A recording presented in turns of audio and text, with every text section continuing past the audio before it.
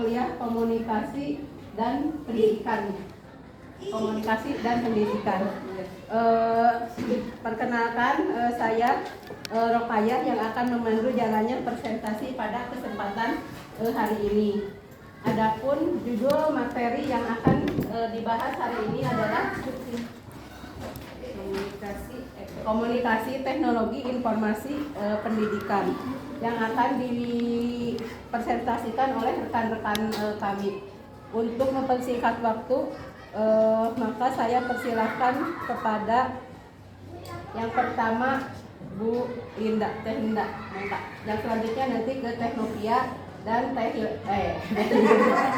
Ahilman. Maka saya persilahkan waktunya.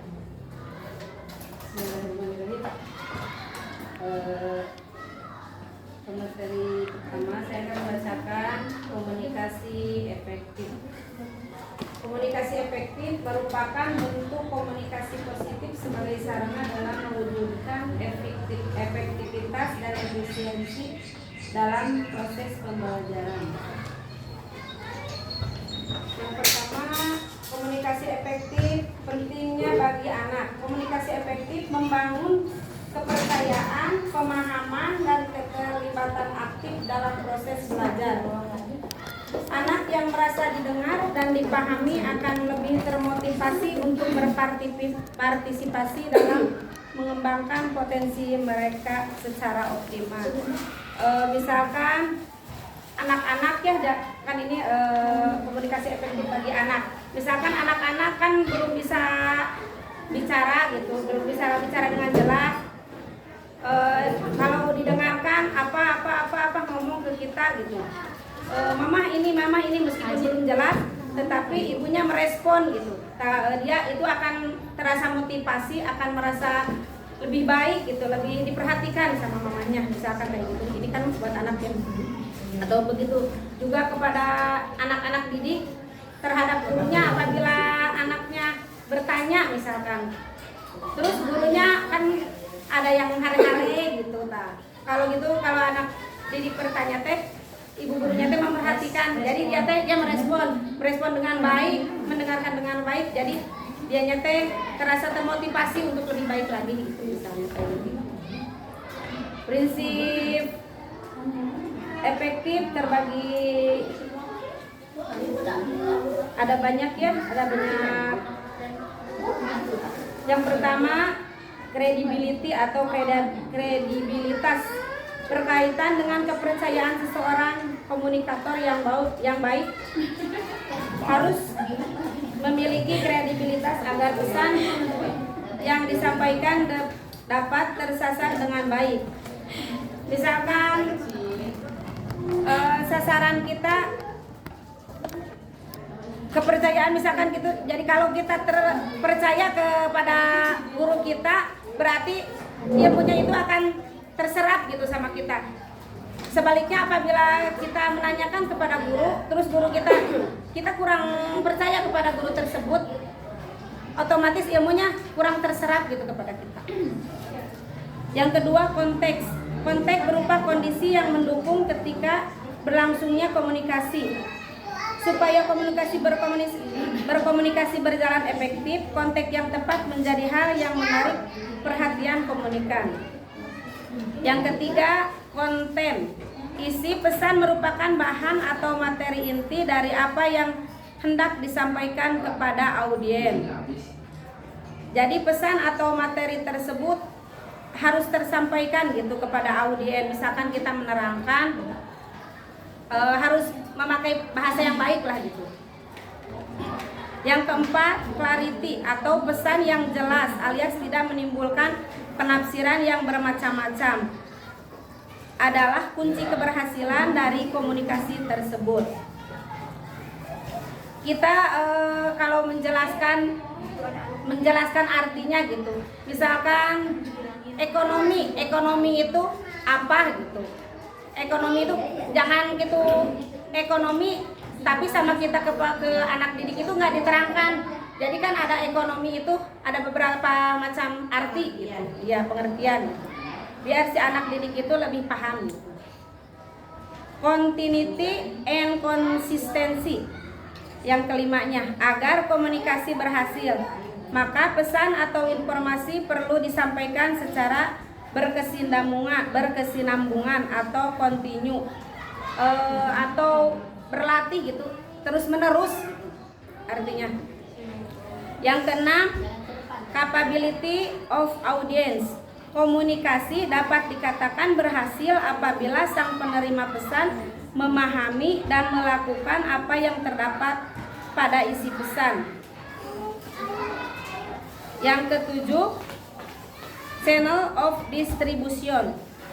Selain berbicara secara langsung kepada audiens, ada cara lain untuk berkomunikasi, yaitu menggunakan media bentuk-bentuk media komunikasi yang biasa digunakan saat ini adalah media cetak ya, atau media elektronik. Sekarang kan banyak media elektronik ya, seperti HP, laptop atau dan lain-lain.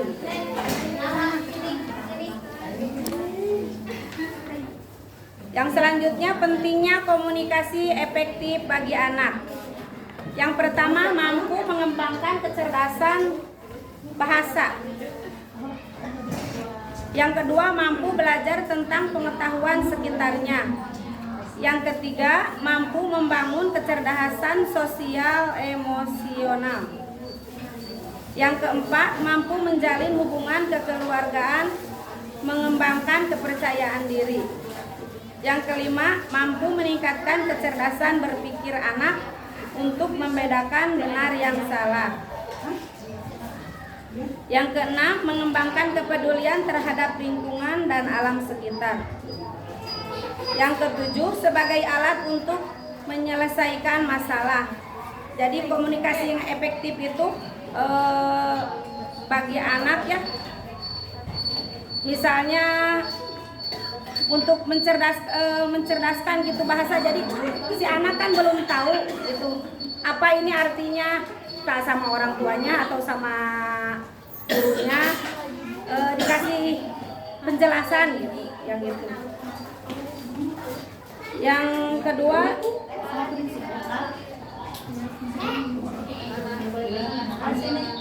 yang selanjutnya, prinsip utama komunikasi efektif. Untuk memastikan komunikasi berjalan efektif di kelas, ada 5 prinsip yang sering disingkat sebagai RICH ya. Yang pertama, respect. Respect ini di pondasi utama. Guru perlu menghargai siswa sebagai individu dengan latar belakang, gaya belajar, dan kemampuan yang berbeda-beda. Yang kedua, empati. Guru perlu berusaha masuk ke memahami bagaimana mereka berpikir dan merasa. Jadi seorang guru itu harus memiliki empati ya kepada anak didiknya. Misalkan kita harus melihat gitu, gimana keadaan si anak didik tersebut agar kita bisa memahami perasaan anak didik tersebut. Yang audible, dapat didengar dan dipahami. Pesan pembelajaran harus disampaikan dengan suara yang jelas. Seorang guru itu harus menyampaikan ilmunya dengan intonasi yang jelas gitu. Yang selanjutnya, clarity atau kejelasan. Komunikasi yang efektif itu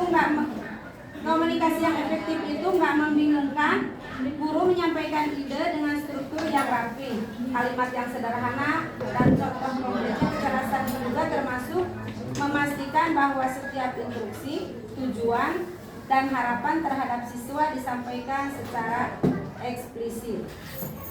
Yang selanjutnya, humble atau kerendahan hati. Guru yang rendah hati terbuka untuk belajar dari siswanya juga ya. Jangan kita merasa lebih pintar dari muridnya gitu. Jadi harus melihat kekurangan anak. Terus kita juga jangan merasa lebih baik. Kita jadi sama-sama berbagi ilmu lah. Mungkin yang selanjutnya sama Teh Novia. Masih ada? Ada tentang komunikasi ekspres. Cara komunikasi ekspres ini. Yang selanjutnya, implementasinya dalam pembelajaran. Kejelasan, yang pertama kejelasan ya, guru menyampaikan materi pelajaran dengan bahasa yang jelas, lugas, dan mudah dipahami oleh siswa agar tujuan pembelajaran tersebut tercapai dengan baik.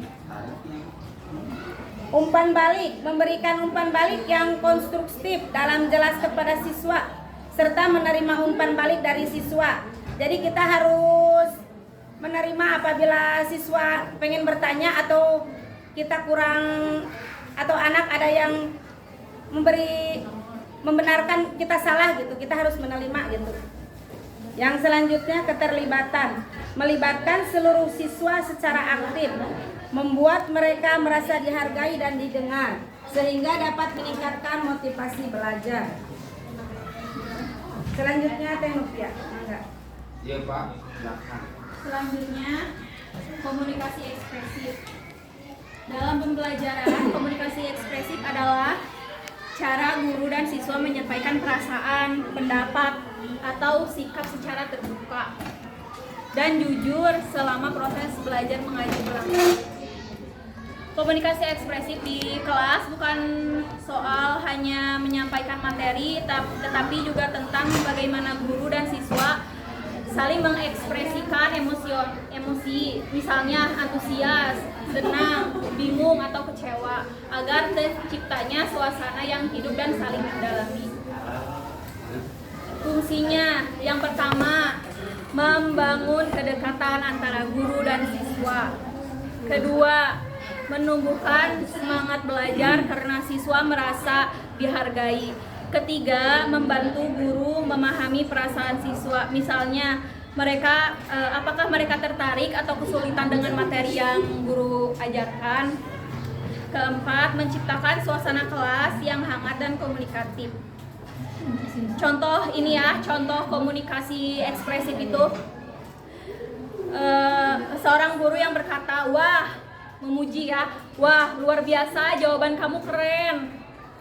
Itu sesuatu yang menunjukkan apresiasi. Lalu siswanya juga mengungkapkan, Bu, saya masih bingung bagian ini, boleh dijelasin.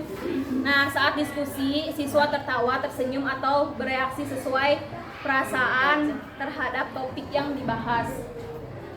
Jadi, dalam pembelajaran, komunikasi ekspresif membantu proses belajar menjadi lebih hidup, interaktif, dan menyenangkan karena semua pihak bisa mengekspresikan diri dengan bebas dan saling memahami. Implementasi dalam pembelajarannya, yang pertama, ruang berekspresi, membangun suasana di mana siswa merasa aman untuk mengungkapkan perasaan, ide, dan pernyataan mereka baik secara verbal maupun non-verbal. Motivasinya, ketika siswa dapat berekspresi, rasa percaya diri mereka pun meningkat, yang kemudian mendorong mereka untuk lebih berpartisipasi dan terlibat dalam kegiatan belajar. Baik, selanjutnya yang ketiga, komunikasi respektif. Komunikasi respektif adalah komunikasi yang saling menghargai antara para pelaku komunikasi. Langkah awal untuk membangun komunikasi respektif adalah upaya meningkatkan integritas diri atau kepercayaan orang terhadap diri atau proses menerima dan memahami pesan atau informasi dari orang lain, baik melalui bahasa lisan maupun tulisan. Selanjutnya, beberapa ciri komunikasi respektif. Yang pertama, saling menghargai pendapat. Guru tidak langsung menolak atau meremehkan jawaban siswa yang salah, melainkan menghargai usaha berpikirnya. Yang kedua, sopan dalam berbicara dan mendengarkan. Nada suara, pilihan kata, dan cara mengelola pembicaraan dijaga agar tetap santun. Yang ketiga, mengakui keberagaman. Komunikasi respektif menerima perbedaan, baik latar belakang, kemampuan, maupun cara berpikir siswa. Dengan begitu, setiap peserta didik merasa punya tempat dan dihargai di lingkungan belajar. Yang keempat, menumbuhkan rasa aman psikologis. Ketika komunikasi berhormat, siswa tidak takut salah atau malu berbicara. penting banget ini untuk mendorong keberanian berekspresi dan berpikir kritis. Yang kelima, memberi umpan balik dengan bijak. Guru memberikan koreksi atau kritik dengan cara membangun, bukan menjatuhkan. Fungsi komunikasi respektif yang pertama, memahami instruksi, memungkinkan seseorang untuk mengikuti arahan dan petunjuk yang diberikan. Yang kedua, mengikuti percakapan, membantu seseorang untuk memahami alur dan konten percakapan. Yang ketiga, mengembangkan bahasa, merupakan langkah awal dalam proses belajar bahasa, di mana pemahaman kata dan kalimat muncul sebelum anak bisa mengucapkannya. Yang keempat, keterlibatan sosial, memfasilitasi interaksi sosial dengan memahami dan merespon orang lain secara efektif. Yang keenam, keterlibatan sosial, memfasilitasi interaksi sosial dengan memahami dan merespon orang lain secara efektif. Implementasi dalam pembelajaran. Yang pertama, saling menghargai. Guru dan siswa menunjukkan rasa hormat satu sama lain, mendengarkan pendapat dengan empati, dan tidak menyebarkan informasi yang tidak benar atau menjatuhkan. Yang kedua, lingkungan inklusif, memastikan setiap siswa merasa dihargai, didengar, dan diakui potensinya, menciptakan lingkungan belajar yang positif, harmonis, dan inklusif. Jadi komunikasi respektif adalah kunci terciptanya suasana belajar yang hangat, saling menghargai, dan bebas dari rasa takut. Dengan komunikasi ini, guru dan siswa tidak hanya saling memahami isi pesan, tetapi juga membangun hubungan yang kuat berdasarkan rasa hormat dan empati. Terima kasih. Selanjutnya kesimpulan sama Pak ada? Selanjutnya kesimpulan langsung sama saya saja. Tadi sudah dijelaskan oleh penyaji bahwa ketiga jenis Lukman di online ada. Oh, tapi ini lagi di pemakaman. Oh, ya. Oh, lagi pengumpulan. Jadi langsung saya sama saya saja kesimpulan. Jadi yang tadi dijelaskan itu tentang komunikasi yang saling melengkapi. Jadi ketiga komunikasi ini harus saling melengkapi, yaitu tadi dijelaskan oleh teman-teman, yaitu komunikasi yang efektif, harus ekspresif, dan juga komunikasi yang respektif. Jadi ketiga komunikasi ini harus menjadikan kombinasi yang membentuk proses pembelajaran yang positif dan partisipatif dan membangun karakter. Jadi di sini kita sebagai mahasiswa juga harus memahami, kan, sebagai peserta didik ataupun sebagai pendidik, kan, harus memahami juga instruksi, mengikuti percakapan atau meningkatkan keterlibatan sosial dengan tujuan tadi membangun hubungan antara komunikasi guru dengan peserta didik. Jadi berpikir positif, mendengarkan aktif, memberi kesempatan bicara kepada peserta didik, dan juga menggunakan bahasa yang sopan. Sebagai peserta didik juga tadi menggunakan bahasa yang sopan kepada pendidik, gitu kan, dalam memberikan argumen tentang pelajaran tersebut, gitu kan. Jadi intinya kita harus menciptakan lingkungan inklusif dan penuh empati. Mungkin hanya itu saja yang bisa saya sampaikan di kesimpulan ini. Sesi selanjutnya yaitu sesi tanya jawab yang akan kami buka dengan 3 pertanyaan. Siap.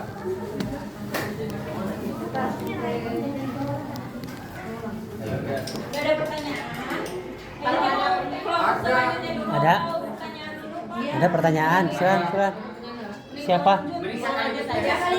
Oh, kita lanjut ke pemakalah nomor 9. Kelompok nomor 9. Kita panel kan?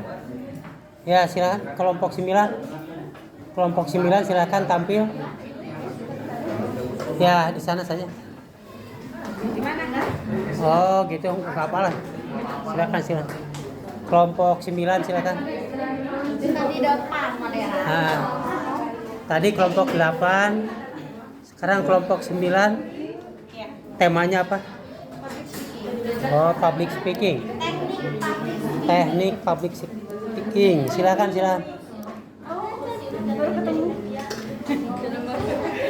Berdiri atau duduk?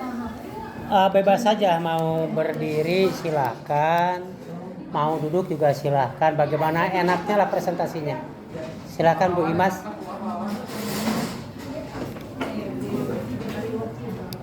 Assalamualaikum warahmatullahi wabarakatuh. Waalaikumsalam warahmatullahi wabarakatuh. Selamat siang Bapak Ibu semuanya. Siang. Materi hari ini kita akan membahas tentang public speaking. Ibu-ibu pernah berpikir ya kenapa kita harus belajar public speaking? Nggak tahu. Tahu lah. Kalau nggak tahu, kita akan membahas public speaking sekarang. Akan dibahas oleh kelompok 9 yang insya Allah nanti akan disampaikan oleh pembicara kita 2 di sini dan 2 di online. Untuk selanjutnya saya serahkan kepada Perkenalan dulu dong. kamu udah pada. Yang enggak Oke, baik perkenalan dulu. Nama saya Imas Masito sebagai moderator. Kemudian pemateri saya Bu Indri dan Lisa dan Indri. Kemudian yang online Bu Anissa dan Pak Gungun. Maaf saya juga agak lupa namanya. Baiklah kita mulai presentasinya kali ini. Silakan Bu Indri. Yang pertama ada pengertian public speaking. Public speaking adalah seni berbicara di depan umum dengan tujuan menyampaikan pesan, ide, ataupun informasi kepada audiens yang aktif. Kemudian di sini ada pengertian public speaking menurut beberapa ahli. Yang pertama menurut Dale Carnegie 2012, beliau menyatakan bahwa public speaking adalah kemampuan untuk berbicara di depan umum dengan cara dapat mempengaruhi, menginspirasi, dan membangkitkan semangat mendengar. Yang kedua, menurut Stephen E. Lucas 2015 mendefinisikan bahwa public speaking adalah sebagai bentuk komunikasi lisan yang direncanakan secara matang untuk menyampaikan informasi, memengaruhi atau menghibur audiens. Sedangkan dalam konteks pendidikan, public speaking tidak hanya berarti berbicara di depan banyak orang saja, tetapi juga kemampuan untuk mengkomunikasikan ide dengan jelas, percaya diri, dan menarik baik di dalam kelas, forum diskusi, maupun dalam kegiatan presentasi. Untuk itu, bagi seorang pendidik, kemampuan ini membantu dalam menyampaikan materi pelajaran dengan lebih efektif. Sedangkan bagi peserta didik, public speaking melatih untuk rasa percaya diri, kemampuan berpikir kritis, dan keterampilan dalam berkomunikasi.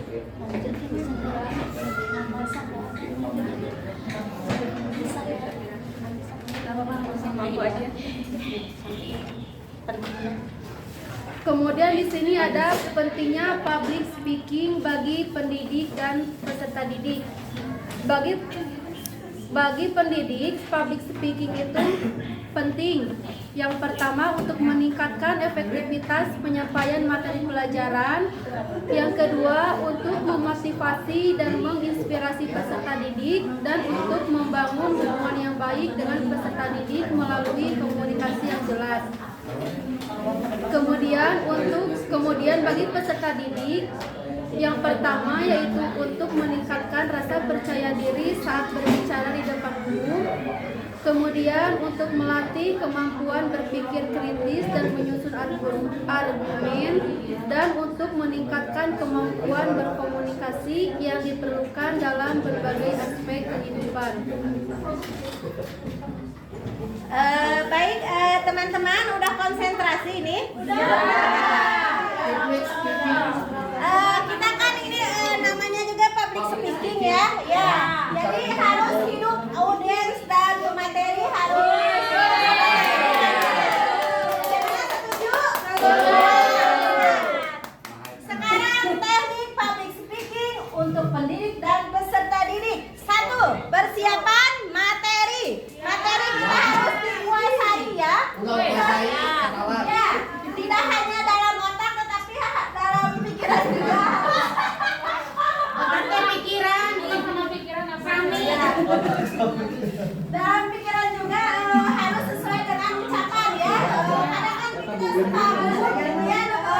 dalam menyampaikan materi itu nanti ada linknya juga ya.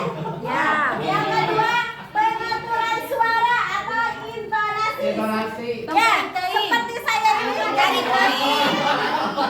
kalian tanya dulu ini. Terlalu sepele. Gunakan intonasi yang variatif untuk menghindari kesan monoton. Biar tidak monoton, jadi intonasinya harus apa? Variatif. Atur kecepatan berbicara. Audien dapat mengikuti dengan baik sehingga audien dapat mencerna apa yang kita ucapkan. Terus pengaturan suara mencakup cara menggunakan suara agar pesan yang disampaikan dapat diterima dengan baik dan mudah dicerna. Yang ketiga yaitu bahasa tubuh. Jadi kalau lagi public speaking harus semangat ya. Jangan monoton gini wae. Jadi bahasa tubuhnya harus sesuai. Gunakan gerak tangan yang natural. Silakan ibu-ibu, kita menikmati kopi breaknya. Silakan Pak mengatasi apa? Buku.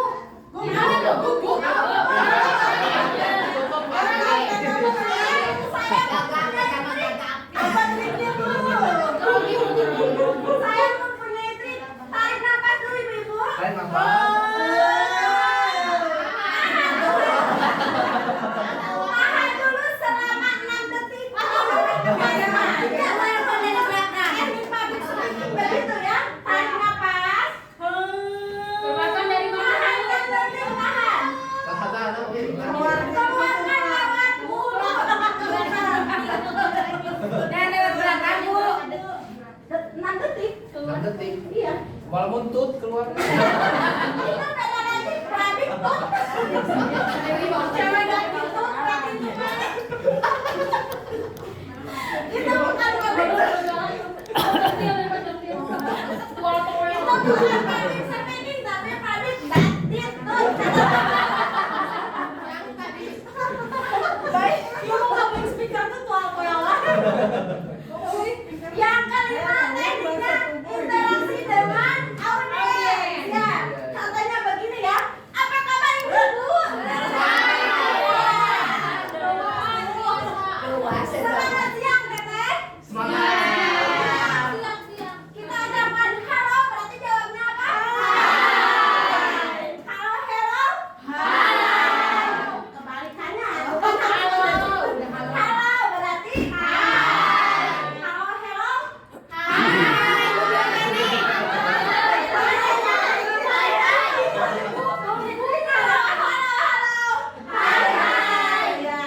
Cukup sekian dari saya. Kita lanjut kepada kesimpulan yaitu Bapak Gun-Gun yang akan online.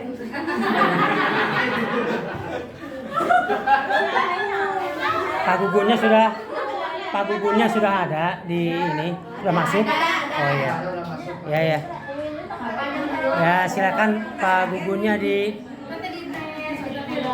Ya, silakan Pak Gun-Gun untuk membuat kesimpulan. Apakah ada Pak Gun-Gun?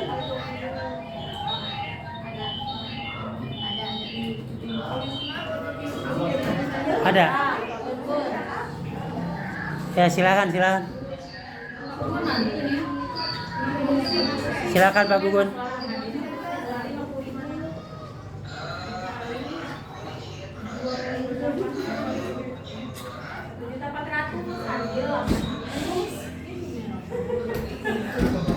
Kurang keras ya.